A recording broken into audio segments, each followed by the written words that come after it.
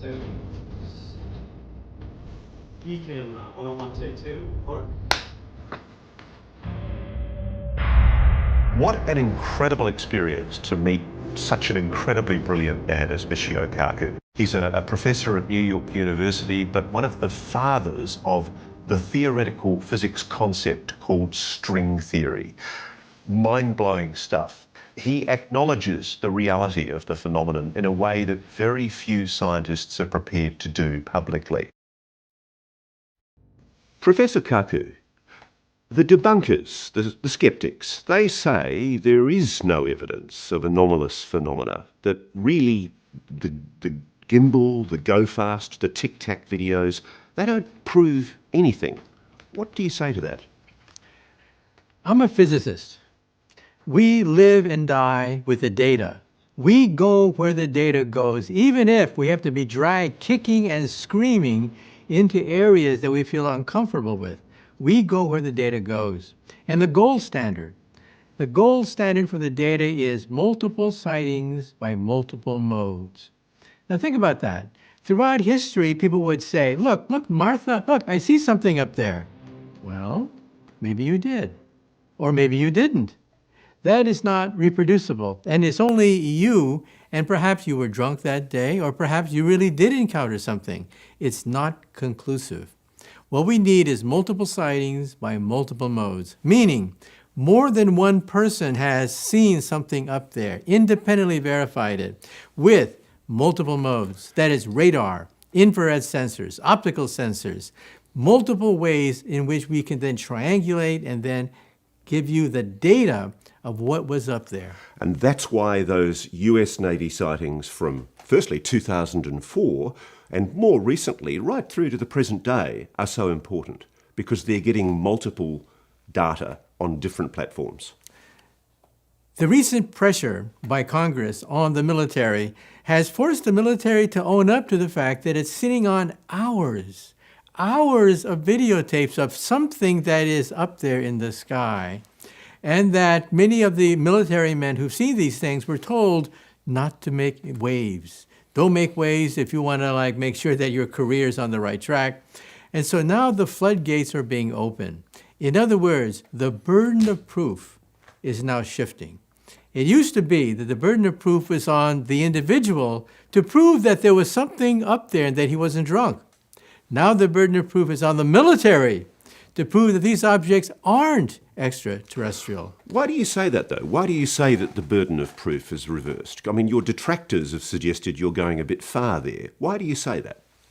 We go where the data goes, and the data goes in the direction of we follow the data, and the data indicates that something is out there that can be tracked by radar, infrared sensors, tracked optically, that can travel between Mach 5 times the speed of sound, up to Mach 20. Now, think about that for a moment. Up to Mach 20, this is far beyond commercial aircraft, and yet here we have sightings that can be triangulated and analyzed using these videotapes. We have gone frame by frame over the trajectories of these objects, and we now realize that they can exceed the capabilities of our aircraft. They can drop 70, 80,000 feet within just a matter of a few seconds. They can zigzag, and we physicists now have calculated the g-forces inside these, whatever they are. The g-forces are in the hundreds of times of the force of gravity. That'd turn any human into pea soup. In other words, it would crush the bones of any object, any organism that we're familiar with.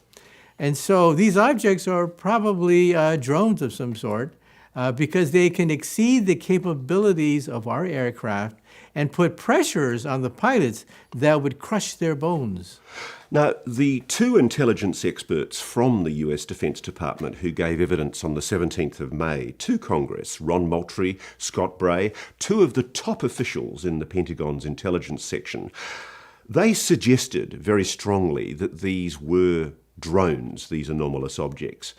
To your knowledge, though, is there any known terrestrial human technology that is capable of what these objects have been seen doing? Well, if these objects can do what the data seems to indicate, then they exceed the capabilities of even our drones. We have hypersonic drones that can go up to Mach 20, but they're unstable. The United States had a very vigorous hypersonic drone program up to 2 years ago, but abandoned it because when these things begin to maneuver, they spiral out of control and then crash. That's why the Russians are pushing this technology, because they want to evade a Star Wars program by having maneuverable rockets. But you see, that's the problem. Once they start to maneuver, then small oscillations build up until they spiral out of control and then crash. So far, no one's been able to create a hypersonic drone that can duplicate the feats that we see on videotape. Do you see any evidence to justify a conclusion that these might be foreign adversaries? Well, when you look at the Pentagon's statement on these objects, it lists the various possibilities, weather anomalies and so on and so forth. And at the end, the last option is other. Now, what does that mean, other? Well, we realize that the Chinese have a hypersonic drone program. The Russians have an operational hypersonic drone program that they're using in the Ukraine. The United States is now reinvigorating and refinancing its hypersonic drone program.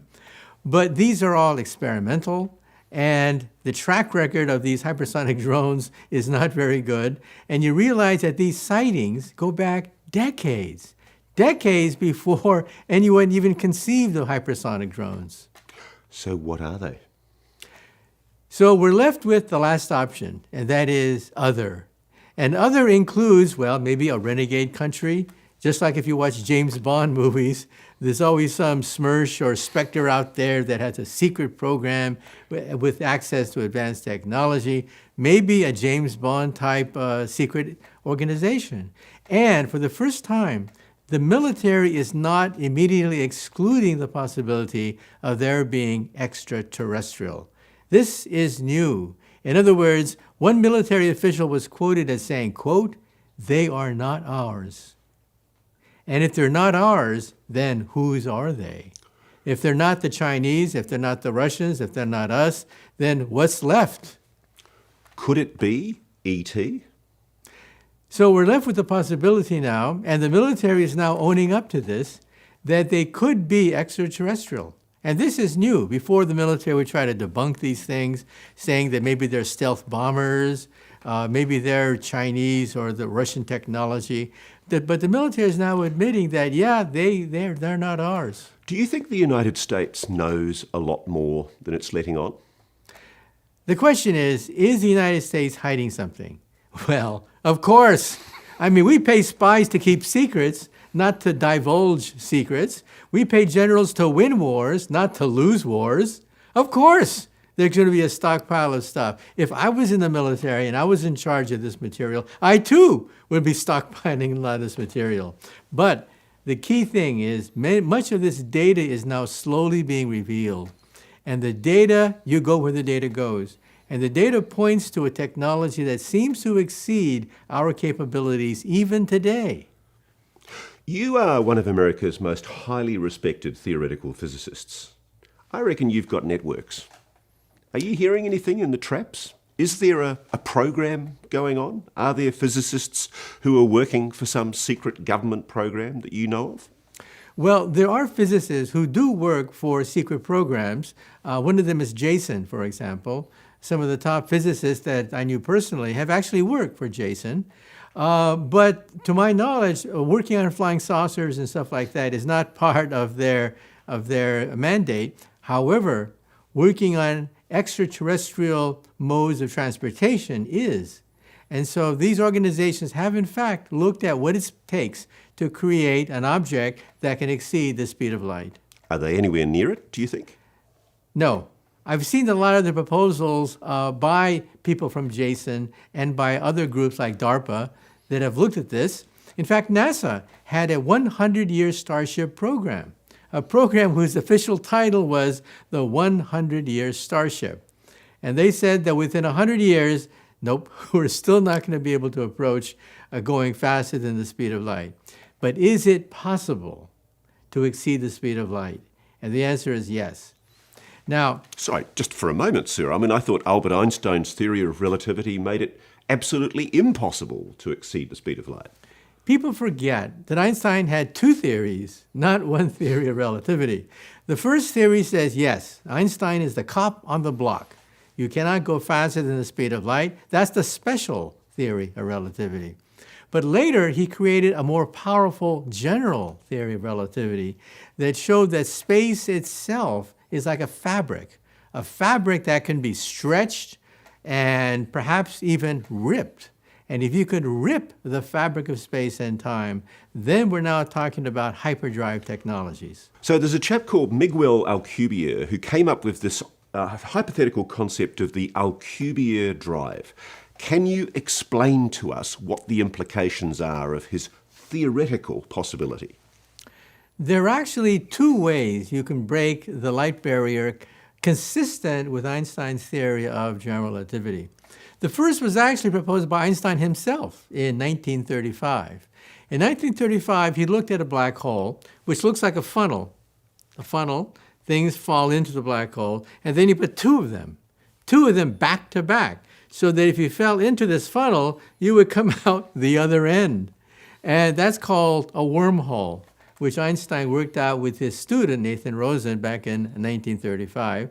And you can actually go faster than the speed of light by going through the wormhole. Now, you've seen this before. As a child, you've seen this before.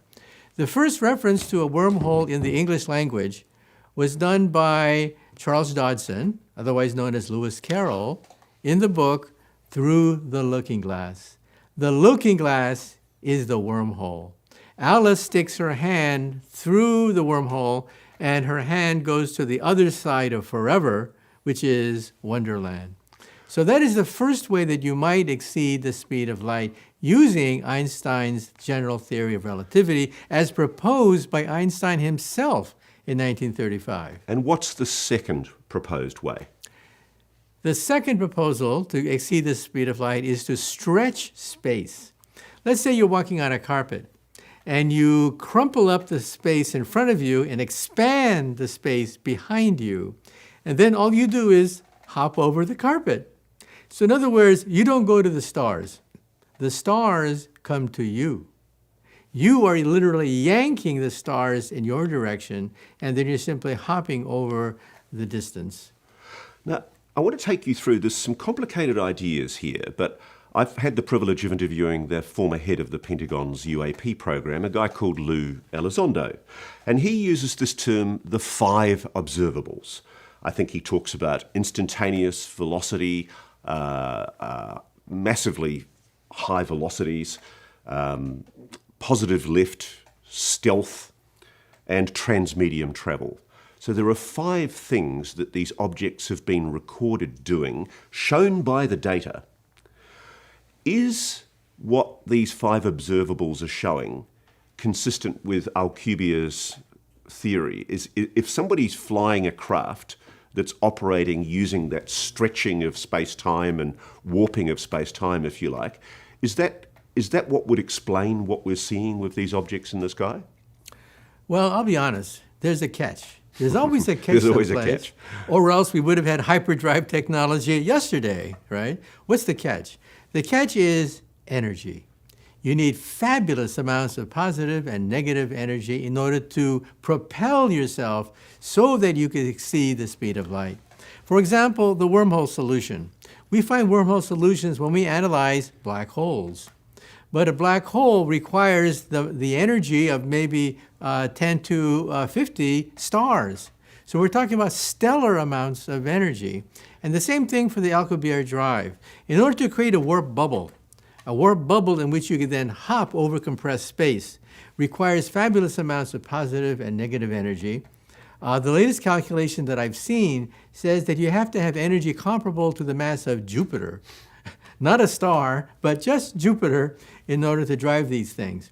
So in other words, what we're talking about is a very advanced technology, which is not for us. We're talking about energy on a scale that exceeds the energy of the solar system. Okay, but somebody's doing that, aren't they? I mean, these objects, do you think that what these anomalous objects are, they do appear to be intelligently controlled, don't they? When you talk to the average physicist about going faster than the speed of light, you get what is called the giggle factor. Their eyes kind of like roll up to the heavens and they start to laugh and giggle. And they say, look, the distance between stars is so great that it would take thousands of years to reach the nearby stars. And what sane extraterrestrial civilization is going to invest thousands of years to reach the planet Earth? It's just not common sense. However, that assumes that the aliens are maybe 100 years more advanced than us. Open your mind to the possibility that they could be thousands, millions of years more advanced than us. Then new forms of technology begin to open up. We're not talking about the very edge of our understanding of the quantum theory and general relativity. At that point, new phenomena start to enter into the picture, phenomena that allow you to exceed the speed of light. Stephen Hawking, the late great cosmologist, even said that yes, with wormholes, it may be possible to break the light barrier using Einstein's theory and the quantum theory.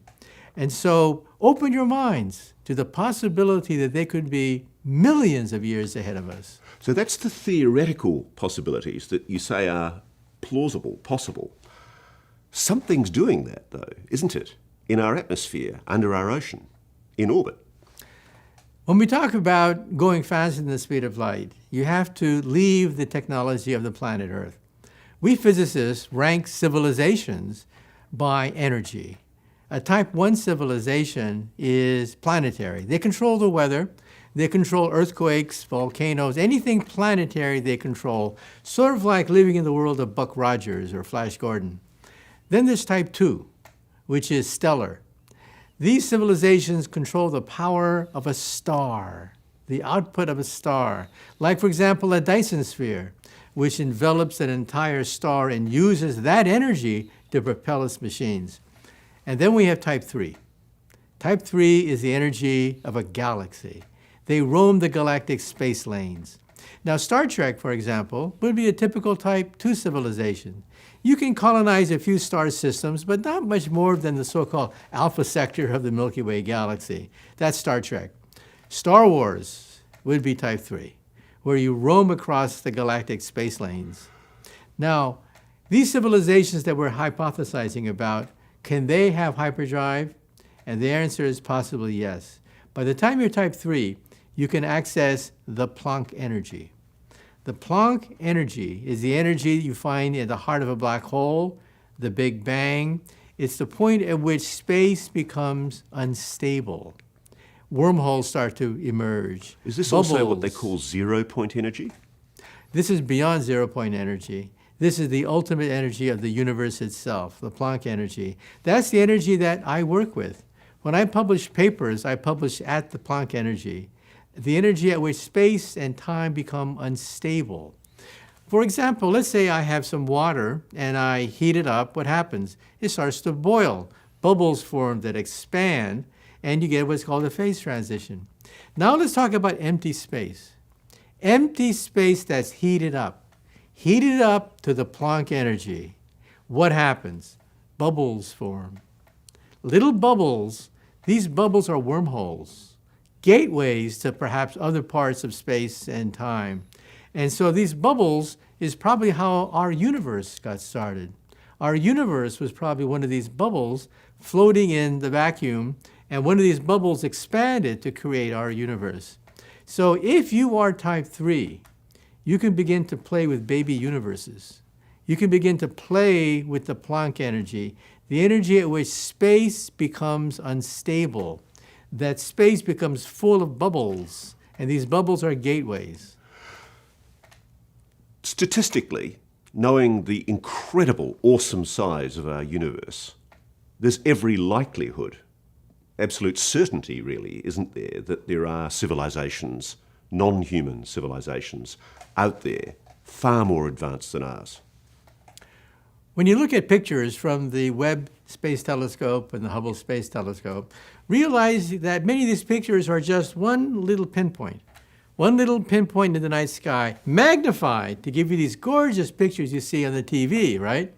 Well, that little dot, that pinpoint of light, contains trillions of stars. Each dot in that photograph that you see on national television, each dot is a galaxy. That's 100 billion stars in each dot. And how many dots are there in that pinpoint? Billions. What we're talking about is a photograph of trillions of stars. Think about that for a moment. The probability that we're the only game in town is a fraction, the inverse of trillions. And so you begin to realize that, of course, they're out there. Of course. Why should we be special? For example, look at what we're made out of. We're made out of proteins and amino acids. We find them in the heart of meteors. We find amino acids in gas clouds, nebula, thousands of light years from the planet Earth. We see the ingredients of life, the amino acids, everywhere we look in the universe. So if I ask Professor Michio Kaku, are we alone? What do you say? People ask the question, are we alone? My attitude is, of course. What took you so long? Let's look then at the phenomena as it's being recorded on all those sensor systems that we're describing. Let's just focus, for example, on the 400 incidents that the US now admits formally to the Congress are real, unidentified aerial phenomena. They can't explain them, Professor. They appear to be intelligently controlled. Do you agree? So far, the evidence seems to point in the direction that if these objects are extraterrestrial, and I'm not saying they are, but if they are extraterrestrial, then it requires a level of intelligence that exceeds what we have, exceeds the technology of the planet Earth. The implications of that, then, are that we're being visited. I'm a physicist. You go where the data goes, and one data point points in the direction that we might be visited. It's a possibility that we cannot neglect. I mean, are we the only sentient beings in the universe? I don't think so. Let me give you then the classic rejoinder that you get from the skeptics. They say, come on, why would aliens be visiting this planet? Why would anybody care a toss? You know, I mean, we're probably an insignificant bunch of carbon related to everything else in the universe. Why would they be bothered taking an interest in humanity?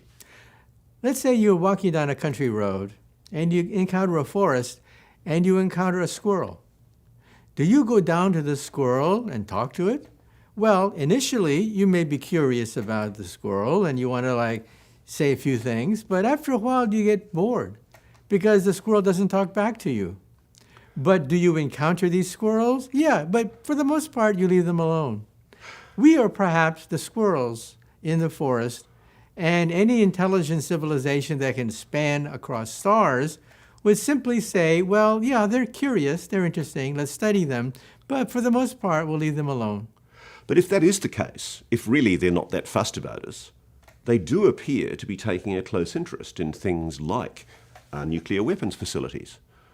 Whatever they are, there is a high prevalence statistically of UAPs that have been witnessed over nuclear weapons facilities, nuclear power plants, places where the United States develops and processes uranium. There are two theories as to why we have an extraordinary number of sightings at military installations. One theory says that they're curious about how advanced we are. I mean, at some point, can we destroy ourselves? What happens if a war breaks out? Is our civilization unstable? So that's one possibility. But there's another possibility. And that other possibility is that's where the cameras are. That's where the seasoned pilots are. That's where we have aircraft. Not in the middle of the ocean, but no, next to weapons facilities where we have a concentration of electronic technology. Of course we're going to see more sightings there because that's where the technology is, not because they're more curious about us and our weapons program. So do you think it's quite plausible that there is an alien civilization that's been taking an interest in planet Earth for quite some time? There are some people who claim that perhaps these visitations go back thousands of years, not just back to World War II. If you look at the Bible, for example, there are sightings in the Bible. Ezekiel talks about the wheel in the sky, for example, in the chapter on Ezekiel. So then the question is, were we visited in the past? Well, I'm a physicist. We believe in data that is testable, reproducible, falsifiable. And it's not testable, it's not reproducible whether or not we were visited in biblical times. But it cannot be dismissed. There are a number of philosophers, commentators, scientists who've indicated that they've been approached privately by the US government, sections of the military, the intelligence services, to prepare America for the possibility of extraterrestrial life. The philosopher Sam Harris said as much in a podcast last year. Have you had any approaches from the US government yourself? You'd be a perfect person to explain it. I personally am a little bit skeptical about plans of scientists and politicians to prepare for an encounter with an extraterrestrial civilization. Because I've talked to the SETI people, and the SETI people are the people on the front lines. They are the ones taking all the flack. They're the ones on the front line talking about this. And I asked them, what about the protocols? What about the press releases? What about governments, the United Nations? What role are they going to play? Where are the plans? And their attitude is, they don't exist. There are no plans. Do you believe that? Yeah, I believe there are no plans. Because politicians always drag at the tail, okay? Very rarely do you have a politician who's farsighted and see the future. No, they see the past. And as a consequence, they don't want to have the giggle factor thrown at them. They don't want to have people roll their eyes every time a politician starts to talk about these ancient civilizations. Basically, they hide their rear. So what do you, one of America's most eminent theoretical physicists, say to people watching this who might be thinking, UFOs, UAPs, they're just a bit of a giggle, seriously. They don't need to be taken seriously. If it turns out that we have, in fact, been visited by an advanced civilization, this would be, let me take that again. If it does turn out that we have been visited and it could be proven by an advanced civilization, then that would be the greatest moment in the history of the human race. It would be a pivotal event in the history of Homo sapiens on the planet Earth. The realization that we are not alone. And then, of course, we have to begin the process of analyzing the question, who are these people? What do they want? How can we relate to these people? These are cosmic questions. And so this is perhaps one of the greatest questions facing the history of the human race. What happens if we make an encounter? Have you copped criticism from your professional colleagues to the way in which you're putting yourself out there, conceding the possibility that this might be extraterrestrial? In the early days, if you were a scientist and you begin to make statements about public policy, your friends would shake their heads and say, oh, there he goes again. That's past. Because of the fact that so many times the people that have raised these criticisms were correct. So many times the naysayers, so many times the people that were skeptical turned out to be right. And so times have changed. There's been a sea change. There's been a change in the way the scientific community looks at this. Why do you think the Pentagon, probably one of the most secretive organizations on the planet by necessity, why do you think it's suddenly becoming more open and transparent about UFOs, UAPs? We're witnessing a sea change in the attitude of the military and the establishment. They're now owning up to the fact that there are hundreds of hours of videotapes that our pilots have now stated that for days they would see these things flying around military installation. Not just one encounter, but for days and hours they would see these things happening. Why is the military owning up to it? Because the politicians are now beginning to say, hey, maybe there is something there that is a national security threat. And why are these people, the politicians, beginning to say these things? Because of pressure from below. That is, the average person is now beginning to say, hey, wait a minute, maybe we should spend a little bit of our taxpayers' money to investigate these things. That puts pressure on the politicians, who then put pressure on the military. The military is owning up to these things, kicking and screaming. They're owning up to these things because, of course, for them, secrecy is the name of the game. I wasn't ready to understand until I looked at the old documents Going right back to the Robertson panel that started in 1952, the year of the Washington flyover over Washington, D.C., of a whole cluster of alleged UFOs, I wasn't ready for the fact that the documents show very clearly there's been a deliberate policy of disinformation, of stigmatising, ridiculing public discussion about UFOs for the last 50, 60 years. Are you aware of that? And do you think that explains a large part of the kickback that you get from talking about this subject? The fact that there's been a lot of so-called debunking, especially in the early days, my attitude is, of course you're going to get debunking, okay, because we're talking about cosmic questions that impinge upon national security, our role in the universe, our understanding of who we are. Of course, there's going to be a lot of debunking going on. Back then, I would have been one of the debunkers too, realizing that, hey, are we ready for this information? Well, are we ready? Let's assume this is extraterrestrial, which even I noticed Avril Haines, the Director of National Intelligence, conceded was a possibility. If this is ET, are we ready? There's been a change in public attitude because Hollywood has pretty much created the new mythology. It used to be demons and gremlins and leprechauns that people dreamt about at night and feared. Now it's aliens from outer space, and some of them could be friendly, like ET. And so I think the American public is ready for information about an encounter with an extraterrestrial civilization. However, I draw the line when it comes to advertising our existence to alien civilizations. There's some physicists and scientists who say that we should beam into outer space messages saying, here we are. We are located in this quadrant of the Milky Way galaxy. You can visit us because you can triangulate our location. This is the level of our technology. Come and get it. I think that is foolhardy because look what happened to Montezuma when he met Cortez. Montezuma made perhaps the biggest mistake in ancient history. He assumed that Cortez was a god. In fact, he was a bloodthirsty pirate. But what did Cortez have? He had steel. The Aztecs had bronze weapons. They were a Bronze Age civilization. Cortez had the horse. The Aztecs had never seen a horse before. Cortez had the written language. The Aztecs had a pictorial language. Cortez had gunpowder. The Aztecs had bows and arrows. And within just a few months, the entire Aztec civilization crumbled. So I think it's a bad idea to advertise our existence to any alien civilization out of space until we know who they are, what they want, and how advanced they are. Back in the 1960s, the Brookings Institution did a paper that suggested that the world wasn't ready, America wasn't ready for the whole idea of the possibility of extraterrestrial life because of religious beliefs.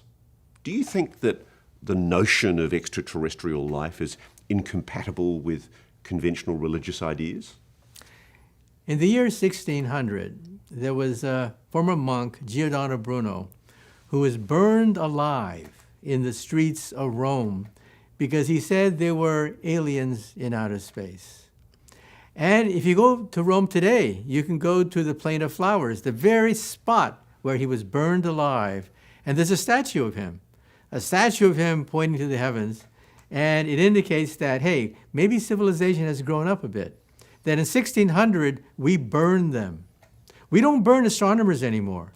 We don't burn scientists anymore like they used to in the year 1600. So I think that the people are more accustomed to the idea that the universe is huge, that our Earth is not the only planet out there that can sustain intelligent life. And so I think the public would be more welcoming the idea that there could be other civilizations out there. Let's talk about what's the most plausible explanation for the apparent intelligently controlled technology that we're seeing this anomalous phenomena represent.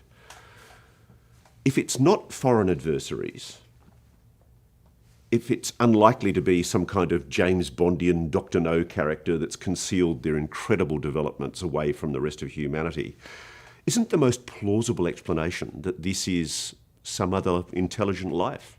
Looking at all these videotapes, okay, I've come to two conclusions. One conclusion is you have to be very careful. Some of these sightings are optical illusions, so you have to eliminate them very carefully. The other possibility is they are not ours, that they represent a technology that is hundreds, thousands of years more advanced than us. And if they can go between stars, it means they're up to maybe 1,000,000 years more advanced than us. So the idea that some of them are caused by optical illusions, that has to be looked at very seriously.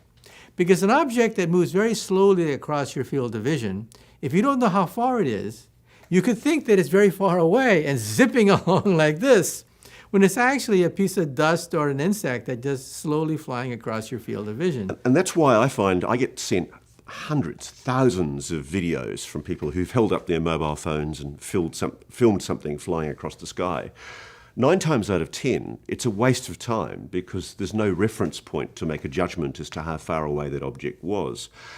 The difference here, though, is that we now do have incontrovertible data from the US Navy in particular. There's a sad story that set the pace for the 1980s and 90s. In 1986, there was a Japan Airlines flight going over Alaska. 3 seasoned pilots. They saw something. They saw 3 objects tailing them. And it was not just these 3 pilots visually tracking these things. It was tracked by radar. And they communicated with the ground controllers. They were tracking this thing. What happened afterwards? These pilots were demoted. They were given desk jobs. And their careers were pretty much over. But you see, here we have a new gold standard emerging. Multiple sightings by multiple modes. 3 seasoned pilots visually locking onto an object, tracking it with radar, ground radar as well, and they were just given desk jobs. Now that Japanese Airlines story you're talking about is very important because there was also a cover-up at this end in the United States. There was a chap called John Callahan in the FAA, your Federal Airports Administration, Aviation Administration, and he described how the CIA, your Central Intelligence Agency, came in and ordered that it would take possession of all of the radar data, or all of the recordings, the audio recordings of what transpired during that sighting between the air traffic controllers in Anchorage and the pilots in the aircraft.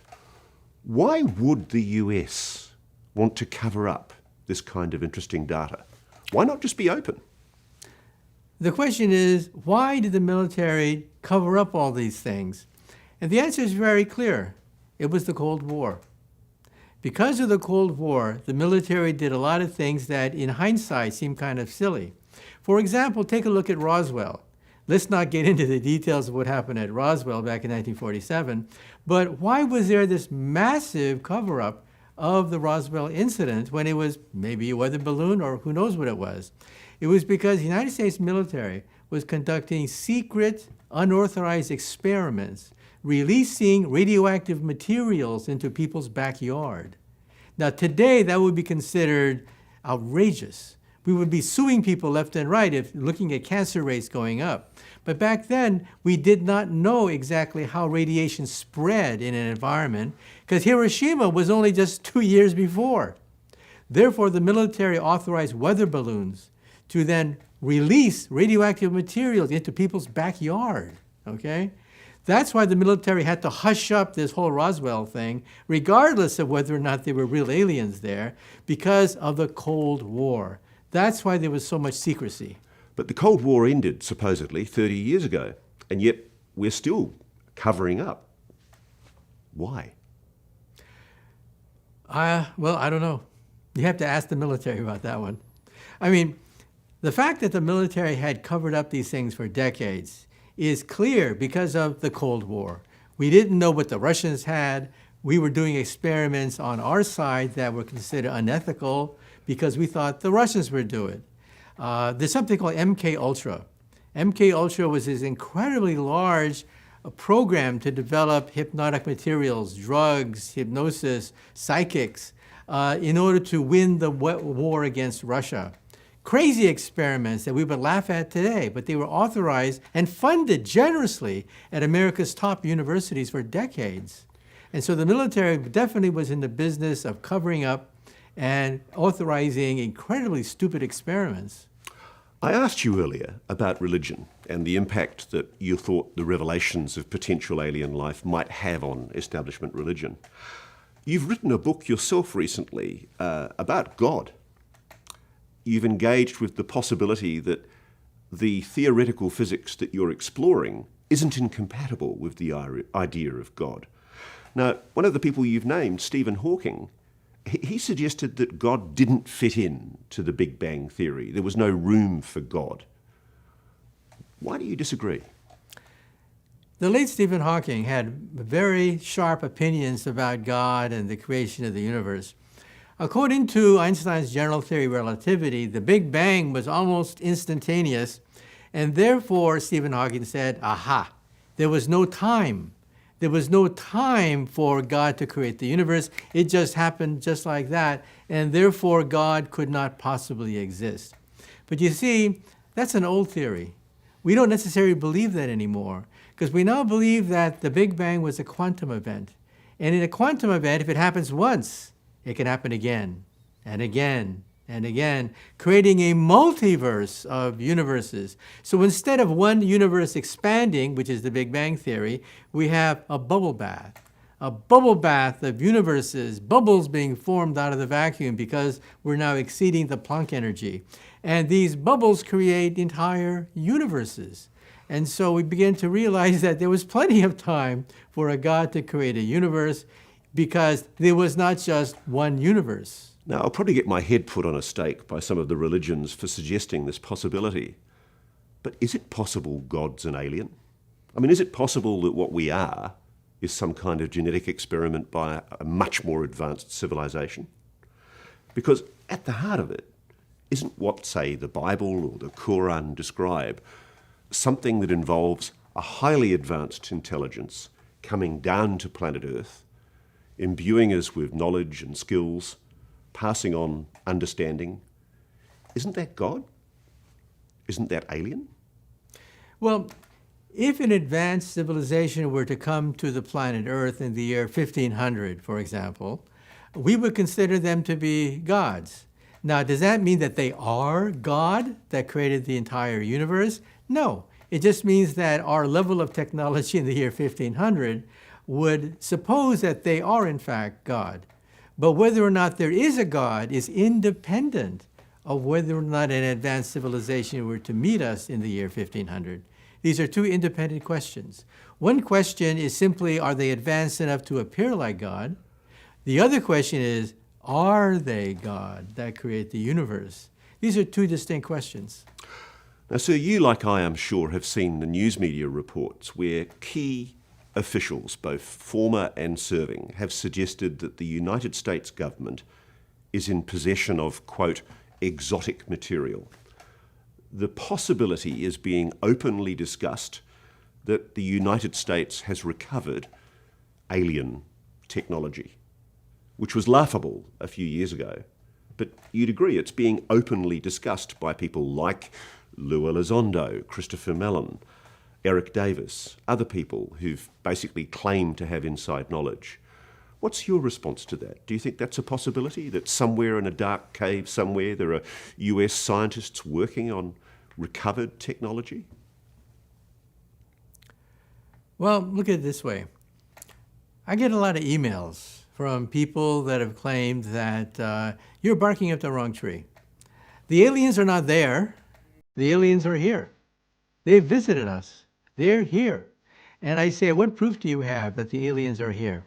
And they tell me that they've been abducted. They've been kidnapped by aliens in outer space. Well, I have a word of advice. If you have ever been kidnapped by an alien from outer space, for God's sake, steal something. I don't care whether it's a paperclip, an alien pen, an alien calculator. Steal something. Because afterwards you can say, aha, look, proof. You want to see the evidence? I'm a physicist. We live and die by the evidence. Maybe you saw an angel last night. Maybe you did. We'll have to go through the evolutionary history of what it would take to create an angel, so on and so forth. But afterwards, where's the data? Where's the reproducible experiment that we can create tests on? It's hearsay after that. So in other words, we can speculate this afternoon until we're blue in the face, but all sorts of fantastic possibilities, right? And what have we gotten? Nowhere. We've gotten nowhere because there's nothing tangible. But frankly, if I was the US government and I was in possession of technology like that, I wouldn't be revealing it either, would you? I think the probability that we have a captured flying saucer someplace at Area 51 or whatever is very, very small. But let's assume for the moment that it's true. Let's assume that we do have alien bodies, alien technologies, and so on and so forth. Would we keep it a secret? Of course. We're not stupid. I mean, you don't want to blab to the whole universe all the secrets that you can get from a damaged flying saucer. But that doesn't prove anything either. In other words, maybe, maybe not. Science is based on things that are testable, reproducible, and falsifiable. Anything outside of that is just considered hearsay. Professor Kaku, thank you very much.